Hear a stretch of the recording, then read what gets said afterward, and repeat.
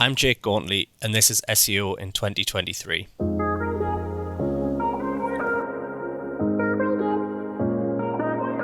Jake, what's your number one SEO tip for 2023? My SEO tip for 2023 is for all brands to really focus on flexing their expertise, authority, and trustworthiness online. And not only is this absolutely essential for organic success within your money, your life verticals, but it is also a key way to instill online consumer confidence across all channels. So this is bigger than just an SEO tip. Okay, great. Yeah, I mean, it certainly makes logical sense that that's the kind of thing that a search engine would be looking for. That's the kind of thing that a user would be looking for.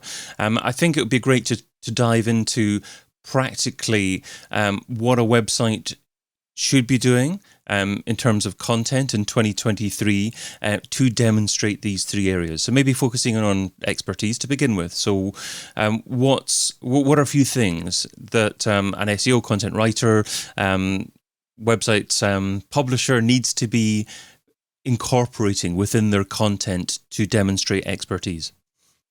Yeah, absolutely. So I think expertise has to stem, it's not just from within a piece of content, it's from the brand and the website itself. If a brand wants to be operating in, a healthcare sector or a finance sector, they've got to show why they are the experts in doing that. So from a content creator's point of view, obviously there's things like making sure you have got links to accreditations or social profiles of the people that are writing the content, making it clear why that person is relevant to the topic first, but then also why they are experts within that field.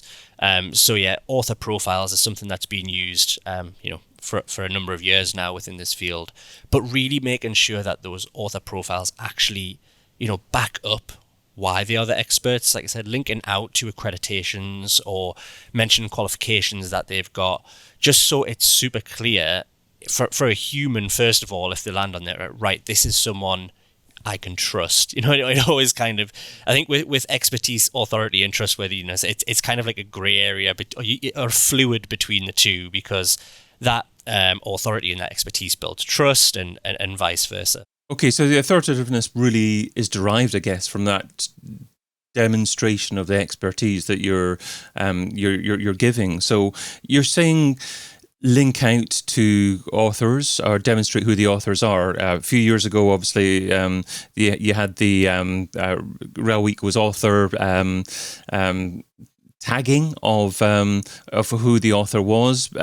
Nowadays, what is the best way to demonstrate who the author is of that piece? I mean, when you're linking, is it important to link to, for instance, LinkedIn, Twitter profiles? And also in terms of markup code, is there schema that you would recommend to demonstrate who that author is as well? So obviously within article schema, you can kind of add all that extra information in about the author.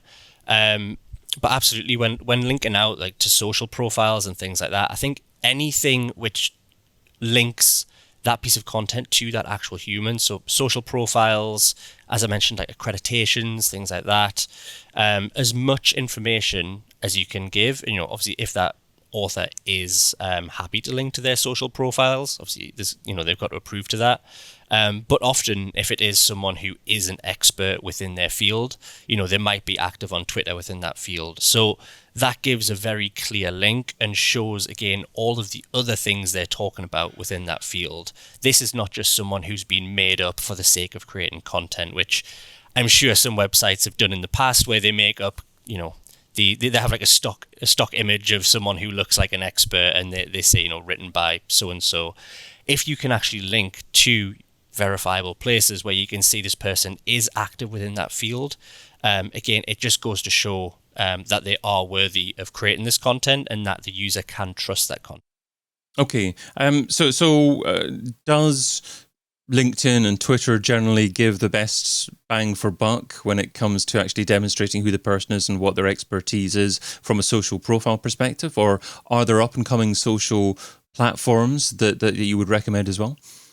I mean, I think it's it's very dependent on what that person does. If it's a doctor, for example, it might be more kind of like medical accreditations. However, you see like TikTok profiles these days where certain professions are very active on TikTok doing explainers about different things. If that person is doing that sort of content, then there's no harm in linking to that. Again, it just goes to show that they're active within their field, and it gives the user another avenue to explore if they want to kind of dig into who this expert is. So yeah, I would say obviously LinkedIn I feel is probably the more professional option. Twitter, maybe if that person is active in kind of like discussions within their field.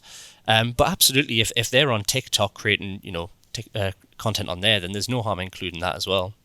And you used a doctor as an example there as well. And obviously there are different types of experts that may have published content in different places. So is linking out to other blogs from top newspaper sites where people might have published in the past a good idea as well? Or is that a risk as well of perhaps driving traffic away from your website? I mean, if the link is within, it's within an author page, or maybe it's in the source of a main piece of content that they've written about, I don't think there's necessarily like a huge harm of, all of your traffic suddenly going away to that page. I think there's probably more benefit of having that link as, a visible, credible way to back up your information. It's also information transparency as well. You're being very transparent about, who this person is and where the information has come from. And realistically, you're probably not going to be competing in search against that page that you're linking out to. Maybe in some instances you are. But personally, I think the good that can come from having those links out to credible sources probably outweighs any of the kind of negative impacts of kind of losing droves of traffic to that page through the link. So it feels like expertise can be derived from previous experience in third-party websites, but authoritativeness is something that, as part of your brand, that you build from the content that you publish on your own website. So what are your thoughts on styles of content that tend to be most effective at the moment in terms of length and type of content? Mm-hmm. Yeah, I mean, like you said, with authoritativeness, it definitely stems from creating that content and being online, but it can also stem from kind of like offline factors that a brand engages in as well. So we've been working recently with an FMCG brand in the baby care space, and that brand actually has like expert workshops that it puts on offline, like in-person kind of things. And obviously it mentions it on their website and it talks about, the experts that are running the workshops and things like that. But I think just like having that content and showing it on your website that you're not just doing this for SEO purposes. This is something that your brand embodies. I think those kind of activities as well kind of really help to go back up, why your brand is an authority within its space. I mean, this is what they do. And also like all of that kind of activity has so many positives outside of SEO and outside of EAT. But that's why I say it's like all of this it's great for SEO, building authority, but it's also just about building a brand and building a business. Like if you want to be seen as the best in the business, you've got to be doing all of these things, which just so happen to ladder up to be positive for SEO. Yeah, I love how you talk about offline as well, because this project is published as a physical copy book as well, SEO in 2023, and we published that as a book last year as well. And I think that not enough digital marketers really are aware of the impact that offline can have on digital authority as well. So great point there. Shall we finish off with trustworthiness? So trustworthiness, is that something that people can gather over time by constantly being made aware of the content that you publish? Absolutely. I think trustworthiness, there's definitely the angle of trustworthy information and consistently providing, accurate, trustworthy content, backing it up with sources and having that transparency of where the information has come from or who's created it. But if you're a business, like an e-commerce business, for example, it also comes down to, can people actually trust you when they hand over their money to you? So things like, Trustpilot reviews and product reviews on your website. Obviously, as a business, you want to be seen as someone who does good business. You want to be getting good reviews from your customers. If you're not getting regular positive reviews from your customers, then there's ultimately something is fundamentally wrong with how you're operating or within the chain of your business. But if you are getting those, regular 5-star reviews, you see a lot of businesses now, they've got like Trustpilot and all those kind of sites like really prominent on their website. Like we are 5-star rated on Trustpilot. And I think that kind of goes hand in hand with the content side of things as well. It's like, not only do we know what we are talking about in terms of the information that's on our website, but we also are a very trustworthy business in terms of when you give us your money, we kind of deliver on what you expect. So I think it's kind of both of those kind of link into the trustworthiness aspect of this.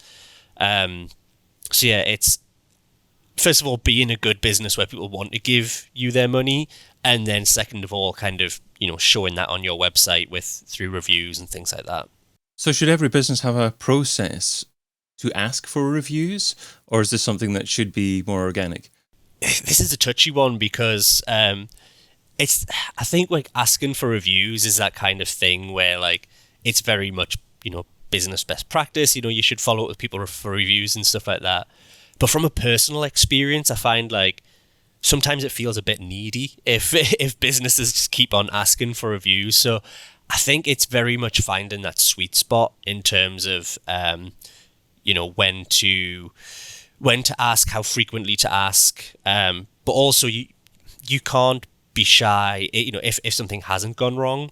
You can't just ask all of the people where it's been a positive experience. If you want to have an accurate representation of your business on these, and to be able to act as well on negative experiences, then you need to be asking everyone for their reviews. So if things aren't good, then you can go on and make them better.